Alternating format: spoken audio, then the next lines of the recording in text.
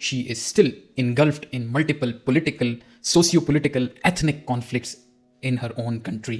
Secondly, there is no economic skeleton in Iran.